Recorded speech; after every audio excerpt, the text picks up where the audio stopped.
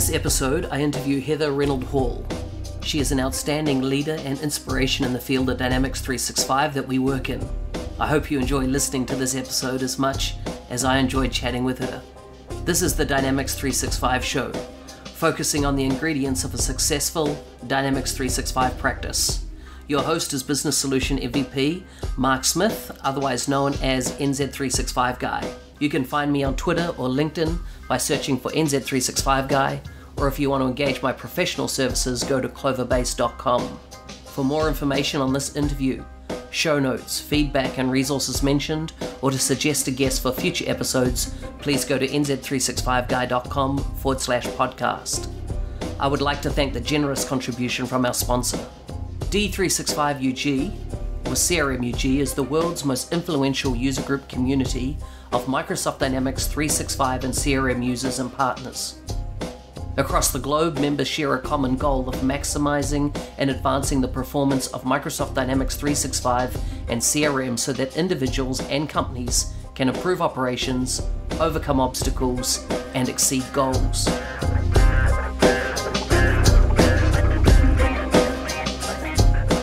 Hi everyone, I'm here with Heather Hall, and in this episode we're going to be focusing on recruiting and leadership in the Dynamics 365 practice. This is the first time I've had a repeat guest on the show because we ran out of time to do everything we wanted to cover. Heather is currently the Senior Vice President, Dynamics 365 for Customer Engagement at Eclipse, a DXC Technology Company. Heather, thank you for coming back on the podcast. Thanks for having me, Mark.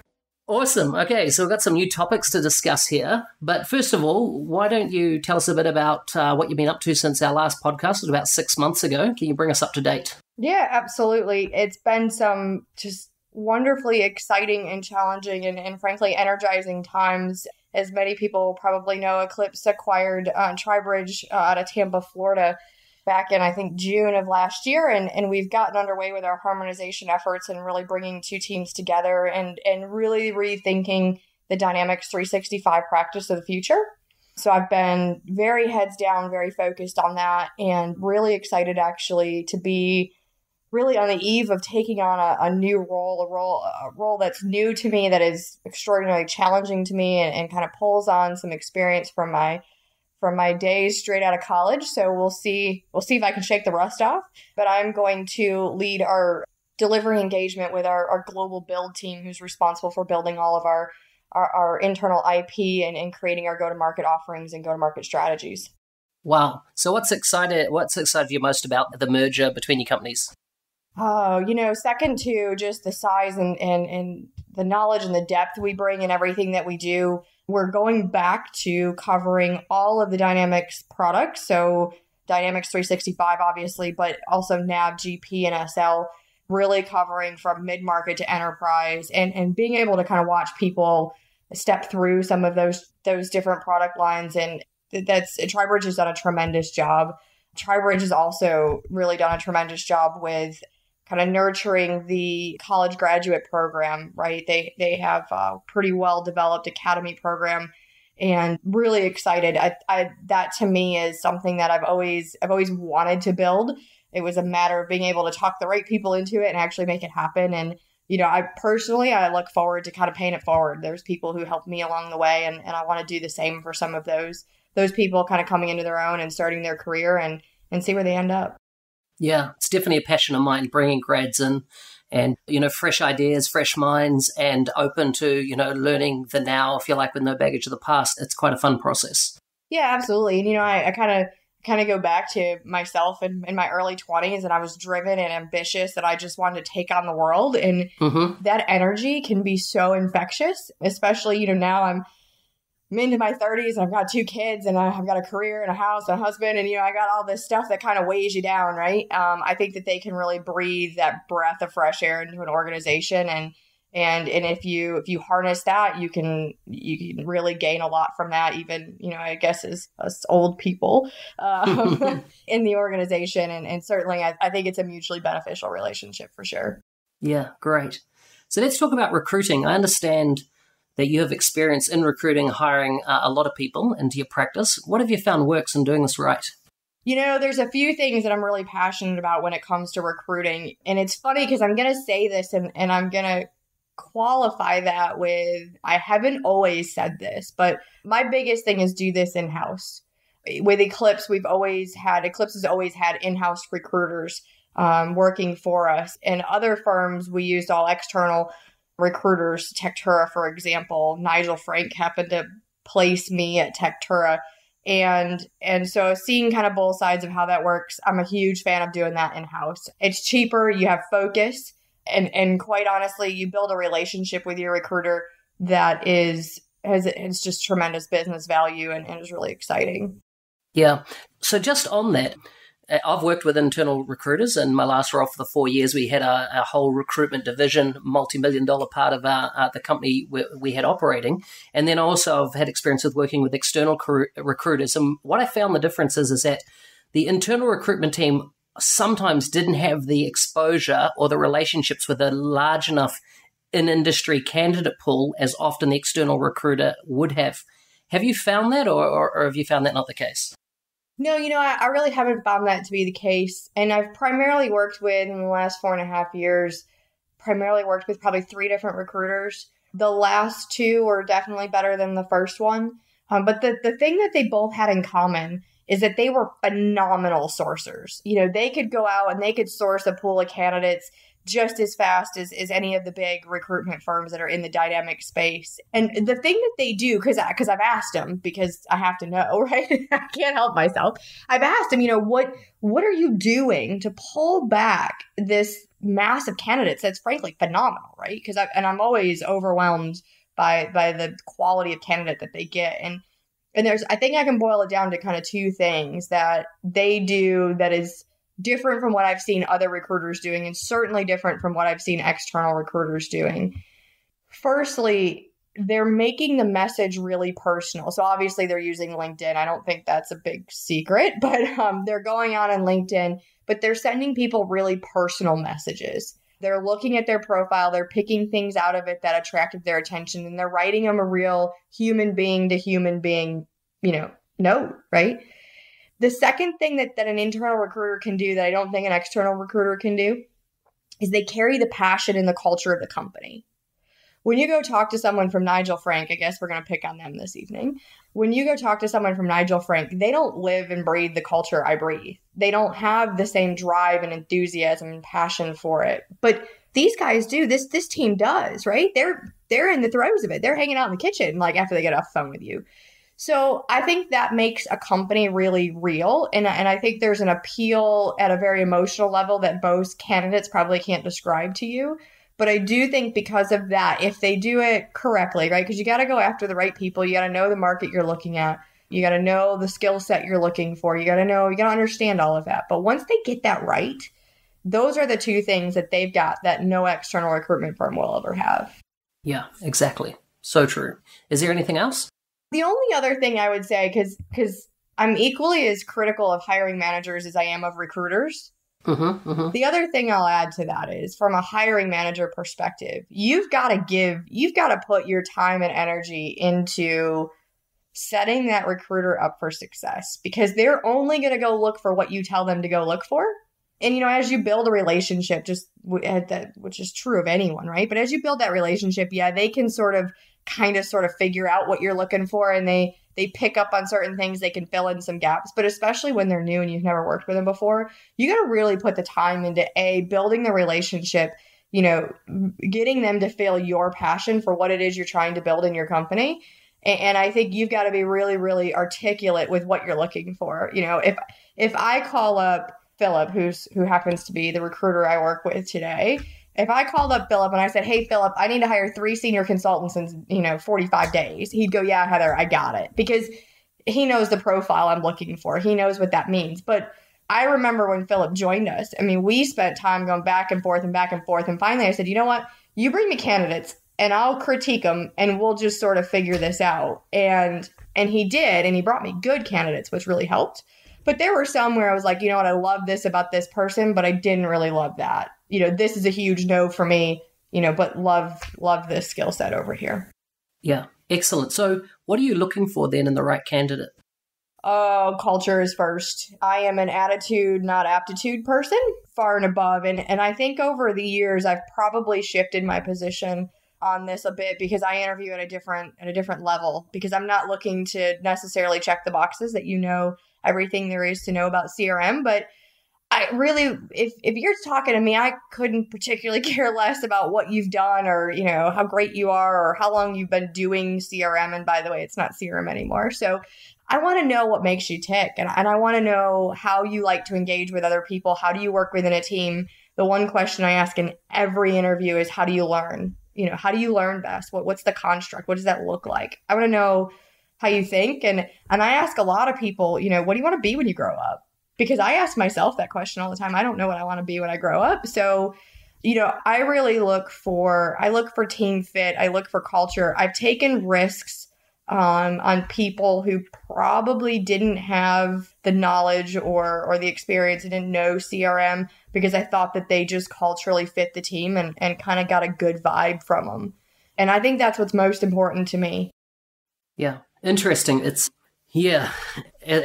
For me, it's always attitude as well. I think it's the most important thing, and a desire to learn. If I can't see a desire to upskill, then I think it's hard to work with a candidate. Yeah, and I sort of lie to people in interviews. I'll be honest. The how do you learn question, I always tell people that there is no wrong answer, and I do believe that there's no wrong answer. We all learn in our own way, but what really gets me enthusiastic about someone is people who go, I want to spend some time and try to figure it out myself. When someone says, I want someone to sit down and teach me, I kind of go, oh, that's a tough ask in this business. And so I definitely lean toward people who want to take a stab at it, but know where the line is and when to raise your hand and go, team, I need help. Someone come help me, point me in the right direction. Yeah, so true. So what do you see as the core roles to set up a Dynamics 365 delivery team? So if we move aside, if you like, project managers and change management and let's say team leads, what do you see as the core delivery roles on a Dynamics project? Yeah, and I would put aside project managers too. So this is a bit in flight for us, but historically with Eclipse, we have kept this really, really simple. And I could probably find different microcosms within this, but we break it up into functional and technical consultants. And I guess I'll go out there on a limb and kind of address the controversy. And no, I don't think onshore technical resources are going anywhere. I know there's lots of people who want to convince me that, all the technical work is going into India or Vietnam or the Philippines or whatever, pick a country, right? And I just simply don't see that being the case. But I do think that there's absolutely a role for technical people onshore. Functional consultants go without saying. And I think I love techno-functional consultants, I suppose we call them. Those people who can kind of bleed some lines. They're not going to sit down and write a plugin for you, but they're going to be able to carry a more technical conversation. I definitely hire a lot of those, have a lot of those on the team. Because they're just super flexible. They can chameleon their way in. And I think if you're looking at growing a practice, you got to have a core set of those people. Certainly solution architects, and I would also include pre-sales architects. And I think that they're very different. If I look at they're not mine. That's a bit selfish. But if I look at the pre-sales team that we have, they can really bleed the line of being salespeople versus delivery people who tend to be a bit more analytical and a bit more focused. And, the pre-sales team, they're an amazing group. I've been blown away by what they've been able to accomplish and what they've brought to bear. But they definitely lean more toward that sales mentality than they do toward a delivery mentality. Yeah, so true. How do you deal with the barrage of recruiters that want to provide you with candidates? That's part one of the question. The second part is, how do you deal with them when they're courting or trying to court your staff? Yeah. First of all, I just ignore the recruiters. It goes in one ear and out the other. And yes, and if they're listening, they now know that they're on ignore. I don't reply to those emails because they just keep coming, right? I don't reply to the LinkedIn messages when they're trying to get me to, place candidates on my team, right? Let me make very clear again, I'm very happy with our in-house recruitment team. They're an amazing group of people. They're better sourcers than what you're going to find out in the marketplace. And so, yeah, they're just sort of on ignore, and I let that one roll. As for courting your people, this is something that I remember the first time I'm going in the Wayback Machine now, but I remember the first time someone on LinkedIn ever sent me a message to try and get me to come work for a competitive firm. And you know what? I was really like, I couldn't believe that they had done that. And I was like, how dare they? Like, I work here. And mind you, I'm in my early 20s, right? I don't really understand the economics of how that works. But, you know, I've come to realize over the time, and probably thousands of recruiters reaching out to me, it's going to happen. And it goes back to what we talked about in the last podcast about building loyalty, right? If you have treated your people with kindness and respect, and you've stood them up and you've given them a place to be successful, and you've given them work that they're really excited about working on, and let it roll. It's going to happen. And frankly, guilty as charged, right? Because I'm looking for those people just as much as the next firm is. Yeah, exactly. So if you're faced with two equally qualified candidates, how do you determine whom to hire? I hire them both. Every time. I knew you were going to say that. It's true. You know what? Look, talent, there is a talent war that is so real right now, and it is so difficult. I unequivocally hire them both. I stopped making decisions on, you can only pick one years ago, probably 3 years ago. When we got to the point, because the Eclipse CRM practice that I inherited wasn't the most profitable CRM practice you've ever seen. Ever since we've been profitable, I haven't made decisions. I've pretty much hired them both. I hate to liken it to shoe shopping, but sort of. I could never pick shoes either. So, look, I believe that we have a solid business, and I believe that we have a solid pipeline. And I also think that from a utilization perspective, because that's going to be the key metric across everyone's business, when you kind of, hiring two people, it's not like we're going to go out and hire 20. We're talking about two. Hiring one extra person kind of sets the bar and sets a challenge. And that's when I'm going to go back to the sales team and say, hey guys, I just did this. Now I need your help. We need to get some work rolling through the door. And I've got no problem when the practice financially is healthy to just say, hire them both. Yeah, awesome. So let's say you had two equally qualified candidates that you were going to promote internally inside your business. So you actually answer the question, Mark. You've already hired them. How would you go about, as in what would be some of the determining factors that would, if you like, make you go one way or the other? It's really, I feel like a broken record, but it goes back to culture. It goes back to, especially moving into a leadership role. And I think we're kind of jumping ahead of ourselves here, but either way, we'll go there. When you're moving into a leadership role, especially, it goes back to culture and how do they work within the teams? Do other people like working with them? Are other people excited to work for them? You kill me for telling you this story, but my new boss, because I have a new boss, the clues had been dropped for me by multiple people as to who this might be taking over and owning the P&L ultimately for the Dynamics 365 practice. And I knew it wasn't me. And I didn't want it, to be honest. And so, but clues had been dropped. And I'm putting all the pieces of the puzzle together, and I figured out who it was. And actually someone that I have respected and trust and really looked up to.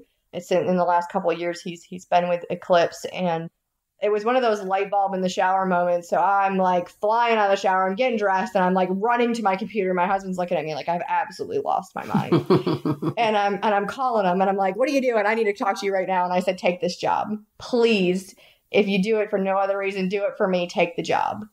And I think when you can build that amongst your peers, that is going to get you there faster than anything else. And so that's truly what I look for. I look for their mentality and how they want to lead, and not so much on what you know, because I don't think it's really about what you know in a leadership role. I think it's about how you act. Yeah. So good. So what have you found effective when it comes to assimilating new people into your team culture to make sure that they get your DNA or how you do business, as well as letting their own skills and talent shine? Yeah, this actually really starts during the interview process. And I have been told on multiple occasions that I have a really different interview style. And so let's talk about that for a second, because I'm going to blow everyone away when I say I have never once prepped an interview question. I never write questions down. I don't have a secret list of questions I keep. There's a couple, 1 or 2 questions that I ask most people, but I don't want to say people are lucky if I've read their resume. I've usually skimmed it when I said, yeah, I'll take the call. But beyond that, I probably really haven't dug into it. I might know, what firm you're working for or where you're coming from. But I really do that. I do that sort of purposefully because I want to have a conversation with people. And because of that, I've walked away from some really highly qualified people because, they either they weren't a good fit or they couldn't engage or whatever. I look at it at like, if you can't talk to me, how are you ever going to talk to a customer? Because I'm on your side here, believe it or not. Like I need you as badly as you may want this job. So in an interview like that, I'm really looking for engagement and conversation. And can we just talk about CRM as a theory, right? Tell me what you think about the Dynamics 365 platform. Going back to the 2013 days, we're like, oh, what'd you think of the new interface, right? I mean, anything like that, just to engage and have a conversation about your trade, obviously. And I'll never forget, I got to tell you this story. So there was a developer who on paper was phenomenal. I mean, just this guy had done it all. He's a been there, done that guy. And at the time I was desperate for a been there, done that developer who could just come in and do it, right? I was desperate. And so I get a note from the recruiter and he's like, here's all my phone interview notes and here's my thoughts and all of this. And his notes were abysmal. And he's like, Heather, it's your call. He goes, but I don't think he's a good fit. And I said, I want to talk to him. I was determined he was good on paper and I was going to make him good, right? Yep. And we get on the phone and I introduced myself to him and he said, well, with all due respect, miss, he goes, you aren't really qualified to interview me. Could you just send me through to the technical interview? Oh my gosh. Oh my gosh is right. So I can be pretty direct and pretty blunt. And to say that interview took about less than 10 minutes is probably fair. But I told him, I said, you know what? I said, I knew that you weren't a good cultural fit. I was told that. I said, but I wasn't expecting this. And I said, and I don't, at the time I was vice president of CRM. I said, I don't appreciate being disrespected because at the end of the day, I'm one of the key decision makers, right? I'm not the decision maker at the time, but I was the one who was going to give the yay or nay, and I was always followed type of thing. And I said, I'd have hired you in a moment, but you blew it in your first 30 seconds. And that's really disappointing. And he was shocked. And I said, so there will be no technical interview. We can park this right here. And I hung up the phone. And I was really disappointed, right? I mean, I wanted that to be different, but that again, it goes to attitude. And if you're not going to respect me as a leader, we're not going anywhere. Yeah. But so I think similar stories. So I'm not answering your DNA question, but going back to kind of the DNA. So I think it starts in the interview. It starts with the first note from, one of the recruiters into the first interview, the whole interview process. And then I think DNA is solidified and I'll call it really in the first week or two. And Eclipse used to do a really good job of this, and we've lost sight of this in the last 6 months. And honestly, that makes me sad. And it is something that I am pushing and striving to get back to with the kind of the migration of some of the DXC back office systems. The cheese moved, if you will, and we're all trying to find it. And every time I hire someone, I'm like, every time gets better, right? And it truly does. But it's been a kind of a relearning process. But before that, if we go back to where I think we were doing a really good job, we used to really wrap ourselves around new people. And we did it in about a week. It's not a terribly long onboarding process, driven in large part by the fact that I am not going to sit there and watch 18 million videos. For me personally, just as a person, I find that very, very, very painful. So I'm not going to do that to other people. But it's short, it's sharp. And one of the key things couple key things that we do in that is we give everyone a chance to meet the entire team. So I do have a bi-weekly team call. We get on that. When the team was smaller, it was a lot easier to say, okay, everyone turn your cameras on. I'm using Skype for Business. As we grow, we're kind of getting away from that just because the mass of people. But I often turn my camera on that video or on that call just on a normal day, with or without new people. I'll ask new people to turn their cameras on. And I think it's good to kind of put a face to a name. Where do you live? So that's one thing. The other thing we do is we do have we call it a buddy system. And It sounds, kind of silly, but I still remember who my buddy was when I joined Eclipse. But it's really a peer to bounce ideas off of. Like, I really don't want to go to my new manager and ask him how I get an Amex, but can you help me? Like, those kinds of things that we don't really just want to go ask our manager for all the time, and someone else to kind of help us find our way through. So that's two. The third one, and this is a big one for me, is I give every new person the opportunity to meet other teams and other parts of our business. So I like for the support team, some of the key people in the support team to have a chat with new consultants, QA, change management, all of those kinds of teams that are wrapped around us that frankly are critical to our success. I want all of our consultants to know that we have those people, who they are, what they do, and how to reach out to them. And I think through that, you start to build relationships. Yeah. And I'll add one more, because I think this one is something we have tried and we have done and has worked out really well. It was actually a lot of fun. We have started, as we hire people, we tend to hire people in batches, right? Of, 3 to 5 or 6 or whatever. We're flying them to New York City. We have an office in Times Square, so that's just cool and fun all in and of itself. Yep. Yeah, we have a multi-million-dollar view of the ball in Times Square. So cool stuff, right? But the front half of our New York office is a retail experience center.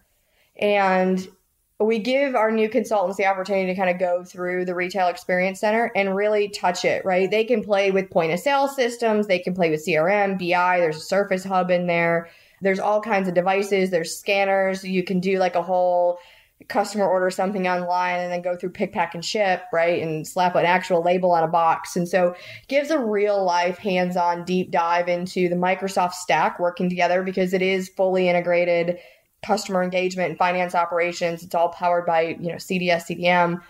So it's really cool stuff. It's very cutting edge. There's all kinds of beacons in the ceiling. And Deshaun, who runs this, would probably kill me for not knowing what they're called. But there's things in the ceiling that will track the movement of merchandise. And you can there's a screen where you can see it moving. And there is actual beacons that will detect location. And so if you have the app on your phone, it'll pop an alert to say like, hey, welcome to the Eclipse Rec Center, right? And so it's good for our consultants to go have the opportunity to go see that, feel that, live it, breathe it, know it, love it, you name it. And we're also bringing in with our new hires, we're bringing in a couple, not the whole team, obviously, but a few of our senior people who frankly, for the most part, haven't been to the rec. So it's a good opportunity for them to see it. But it's also kind of a cool way to bring together new and old. And it's been good, right? Because our culture is more solidified in our offices. And so especially for people who are remote, good opportunity to come hang out in New York. I try to fly in. I always try to pay for dinner and take everyone out to a cool restaurant or what have you too. So yeah, it's fun. It's interesting. I've been reading a book just at the moment called The Power of Moments by Chip and Dan Heath.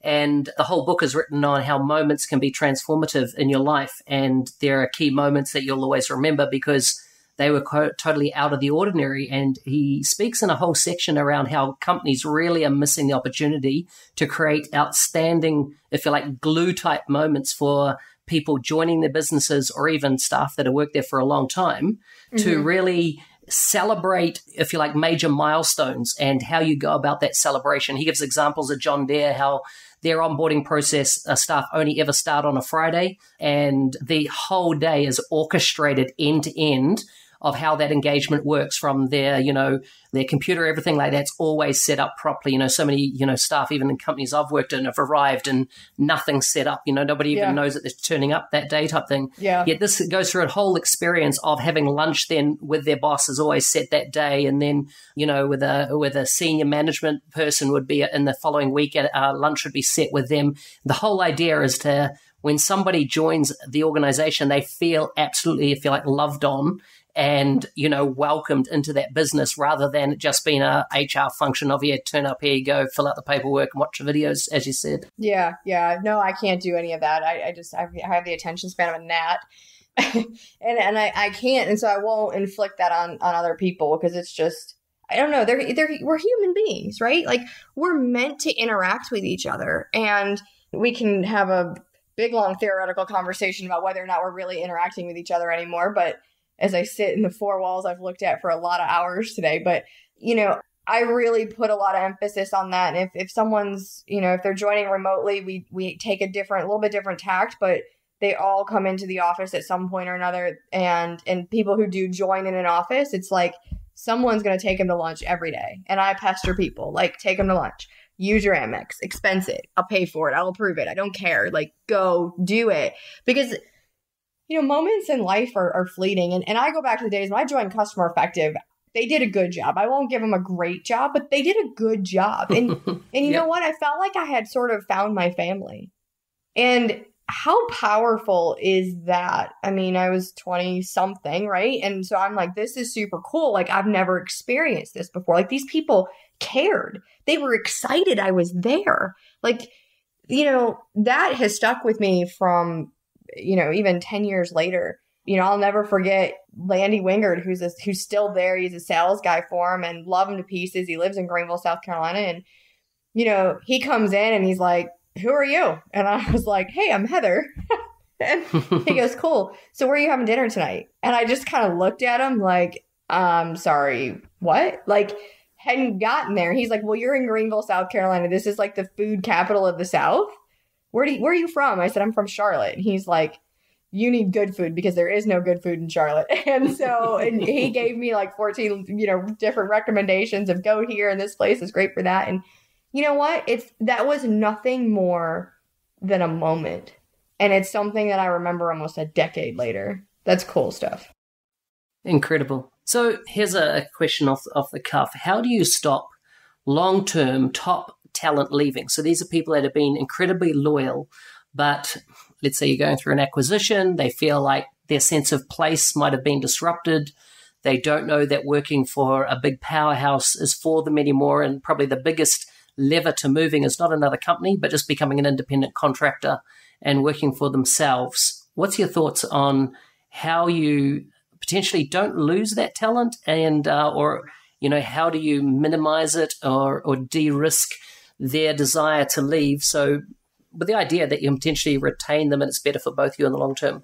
Yeah. And that's a great question. And I'll tell you, we don't have this figured out. I probably shouldn't tell everyone that, but we don't. And we've had a good bit of, very senior people leaving the business, through both from the TriBridge perspective and the Eclipse perspective. And, I look at the people that have left and I go, what do they have in common? And, the thing that the string I can pull kind of through all of that is that their heart wasn't in it. And, look, this business isn't easy. If it were easy, everyone would do it, right? We all know that. That's not revolutionary. And I almost think rather than forcing loyalty, if their heart's not in it, set them up to transition out of the business safely, because you gotta be all in. I mean, even right now I sit here and I am like completely just exhausted, right? And I've got a mountain of things to do. And you know what? I'm only here doing it because I believe in it and because I'm behind it 100%. I just think that with leadership, you're better off kind of letting them go find their fit and putting them in a position to transition out that makes sense for the business. That's not super disruptive. I don't know as a leader, and I'll be very transparent. I've told a lot of people this and I've had lots of laughs about this. When we were going through the integration with DXC, right? So we were acquired, they sat on us for a year and a half, and then we integrated. I polished up that resume and I floated it around, and I wasn't totally convinced that this was my thing. And that's okay. And I ended up having to kind of do a lot of soul searching, do a little bit of looking at what's going on out there and sort of go, what do I want to be when I grow up, right? And for me, I came to the conclusion that I needed to be here because I'm not done yet. And I've told a lot of people that, at the end of the day, I woke up one morning and I said, what am I doing? I'm not done yet. I'm not going to take this offer. I want to be here. I want to do this. And so I stayed, but I was very transparent through that process and that kind of that emotional sort of grieving process with my leadership and my peers and others around me. And, we were just we trusted each other that, no one was going to go throw someone under the bus of like, oh, Heather's not in it, right? But I had to find my way through that. And I think there are some people in leadership who are going to find their way. And there are other people who are going to go, you know what, this isn't what I want to do with my life. And that's okay. And consultants are going to do the same thing. That's a top to bottom thing. But I hope that, because these mergers and acquisitions are not ending, right? I mean, Sonoma was just acquired by PwC. That's right. EY. Yeah, that's it. Sorry. PwC bought something recently. But I know. Isn't it, all the top four seem to be acquiring at the moment. Yeah. They're and they've, that's not a secret, right? So, I looked at the mass of people that are kind of going through this, and I hope that as you sit here and you go, listening to someone who's been through it more times than I even want to count anymore. I'm going to go through it more times than I probably want anyone to tell me at the moment, to say that, I had the conversation. And I think that's what's most important, is I was very transparent with what I was feeling and where my head was, and whether I was in or I was out or kind of somewhere lost in the middle. And those leaders received that message very well, and they helped me through it, and they put me in a place where I got to make my own choice. It wasn't like, well, you must stay or there's the door. And, for my own people and for the team at TriBridge, they're welcome to call me anytime. I'm happy to have that conversation, and I'm not going to tell you to get out, and I'm not going to tell you to stay. I'm going to tell you to find out who you are. Yeah. So some organizations find Dynamics 365 skill testing candidates very hard. What have you found works? Yeah, so to be completely transparent, I usually leave this to senior technical people and solution delivery managers. And I know what they do and how they kind of go through it. And so on the functional side, they do a lot of kind of hypothetical questions. And I know one of our guys, he'll basically pull up the design document of like the latest project he's working on or whatever's on the top of the stack and start going, well, the customer's requirement is this. How would you build it in CRM, right? And kind of walk through some really real life scenarios like that. From a technical perspective, there's a punch list of probably 25 different things that they'll walk through. Have you done this? Give me an example. Where have you used this technology? Yada, yada, yada. And so for the vast majority of our roles, that works. We have gotten to the point, though, and a couple of times where, and it's always decision by committee. So I don't make the final call on hiring anyone. If you're a technical person, you're going to go through an interview with me, a senior technical person on our team, and a solution delivery manager. If you're a functional person, you're going to go to talk to me and at least one, usually two solution delivery managers. And so it's decision by committee. We're either all in or it's a no-go. I have overridden the team once and it didn't work out. So I said, never, won't do that again. So it's always decision by committee. We all have a say. We all have an equal say.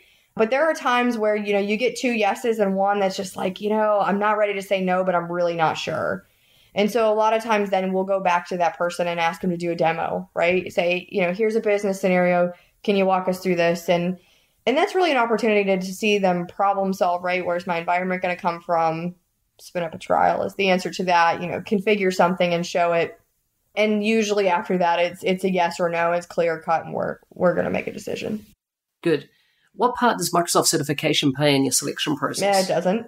Yeah, again, no secrets. There's certainly targets to maintain for gold certification, and they just got a lot harder this year. So thanks. They did indeed. Thanks, Microsoft. Appreciate that. We all just jumped for joy. But I think so we're gold certified in the US and Canada for customer engagement. To maintain our certification this year, we need 45 certifications. And so most of which are not really up to date. A few of those exams were brand new. And so lots of work to do there. But I don't look at that when I hire people. If you have it and you actually have a current one, i.e. a D365, yeah, that's a win. But I'm not going to put a whole lot of weight in that. I just don't think those tests are a good judge of knowledge or aptitude or ability or any of that. The questions are all goofy written and meant to screw you up. And I have a hard time passing those things too. So I really just...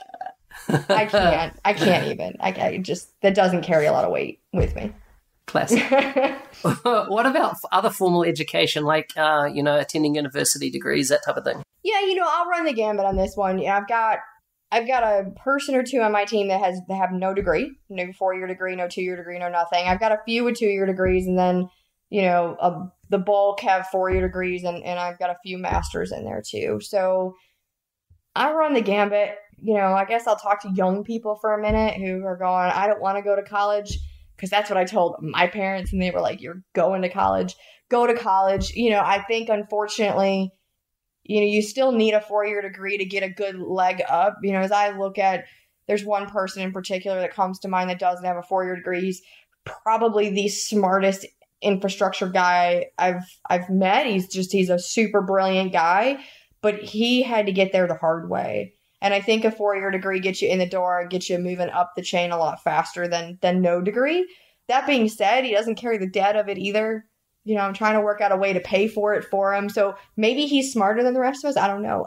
But, I'm not going to throw someone out because they have no degree, but your experience becomes very paramount. Yeah. So what leadership qualities do you look for in people you hire? Leadership is a tough one, and it goes back to people. But attitude, drive, desire, and the ability to ask why are some big ones for me. And, people who want to lead a team are driven to help others. And I tend to look for when I'm putting someone in a leadership role, people who are a bit more social. Yeah, because it goes back to that loyalty conversation we had last time. Like, you got to know your people. You got to treat them like people. If you're coming in to be a dictator and say, Bob, you do this, and Jim, you go here, and Susie, you're off to the really terrible client. Like, that's not going to fly. That's not who I am. It's not how I treat my leaders. I expect my leaders to not treat their people that way.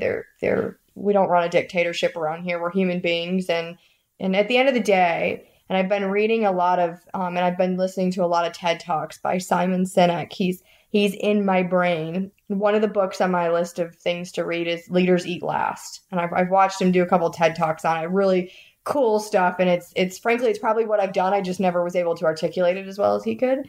But at the end of the day, I always tell my leaders that everyone else is prioritized before you.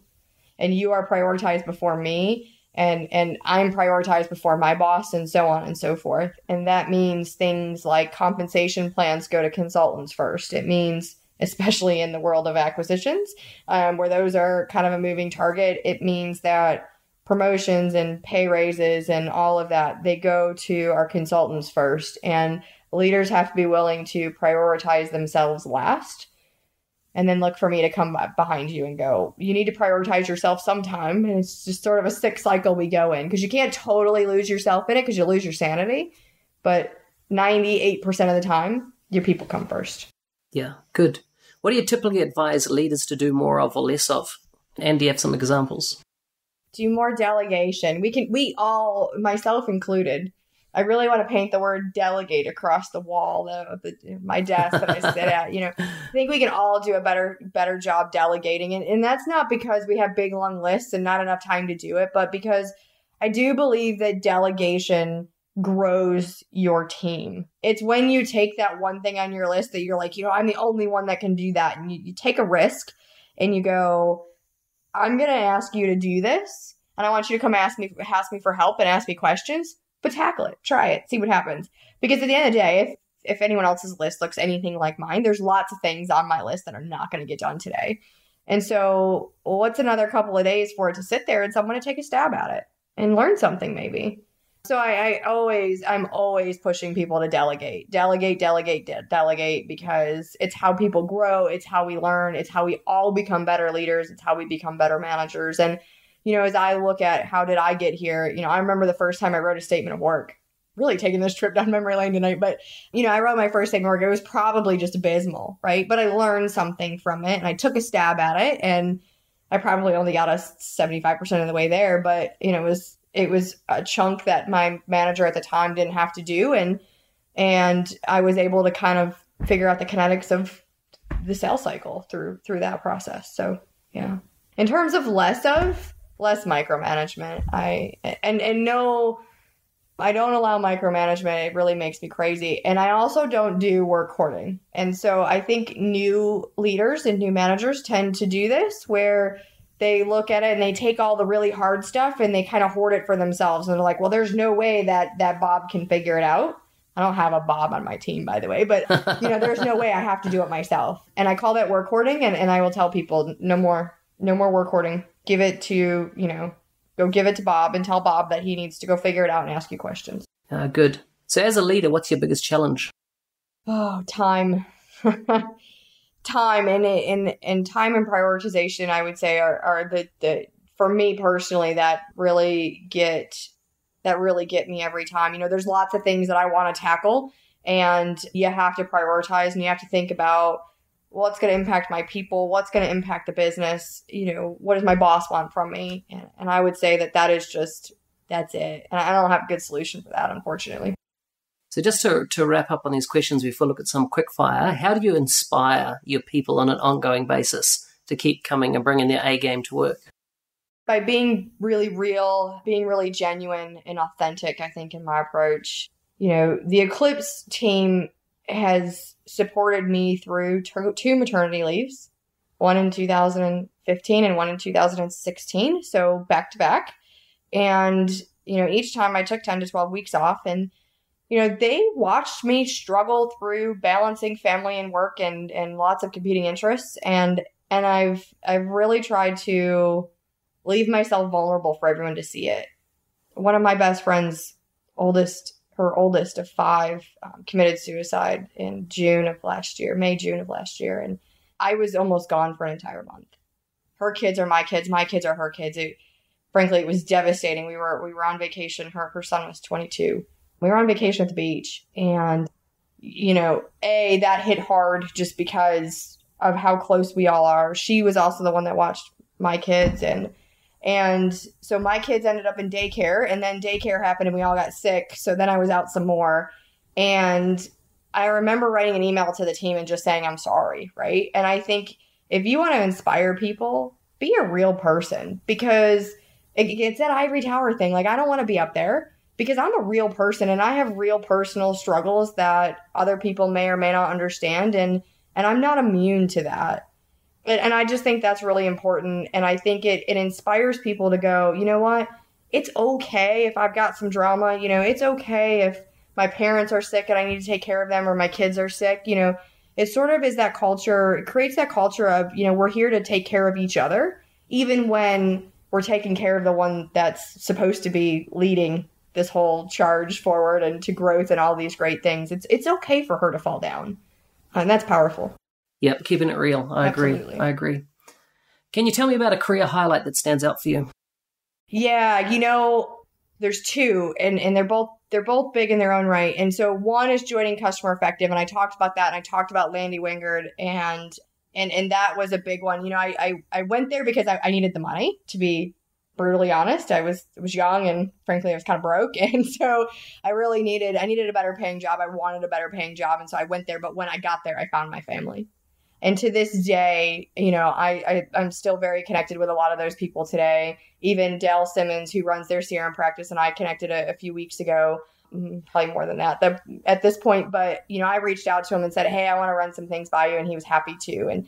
And so I love the team over there at Customer Effective. And those are lifelong relationships and friendships. I'll have it. And the second is, I will say that when we thought we were going down the path of building out the org chart of running kind of a CRM practice and an AX practice with one person kind of bringing us together, if you will, I was supposed to be that CRM person. And that was really an honor. I was quite honestly just terribly speechless, and it doesn't happen very often. But so that was the second one. And although I'm taking a different role in that organization, it is the greatest honor and privilege to serve this team and to lead us into the future. And so it's a big one right now in the moment.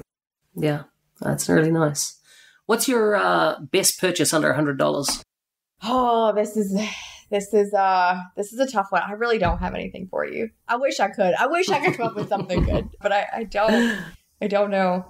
Not a problem. What's your favorite way to unwind after a stressful day? Oh, the girl in me comes out, and you just leave me be in my bathroom with my big soaker tub and, all kinds of girl stuff in there, it can get a little carried away. But that's my unwind. And so even if it's 10 minutes at night, it's definitely kind of doing girl stuff in the bathroom. The skincare moisturizers and all of that kind of fun stuff. So yeah, that's it. That is the last 15 minutes of my day. Yeah. So how do you stay productive? Lists, lots and lots of lists. Wow. Very long, detailed lists. These days, I love lists. I do too. I can't function without one. And I'll never cross everything off my list. If there's nothing on the list of things to do, Houston, we have a problem because I will get completely lost. Lists help me really focus and stay structured with my time. And yeah, coffee helps too. Helps keep going. Who would you like to see me bring on the show as a guest in the future? So I'm going to officially make this person extraordinarily mad at me when you publish this. But I'd really love for you to bring Matthew Lingard onto this show. So he's been appointed our D365 leader and an ex-CEO of a BI company based out of Australia. And he's been my mentor, and he is the smartest guy I know, and I am happy to follow his lead into the future. Awesome. We'll try and get him on. Heather, it's been a pleasure to have you on the show. Before you go, if people want to follow you online, where can they find you? Certainly find me on Facebook or LinkedIn.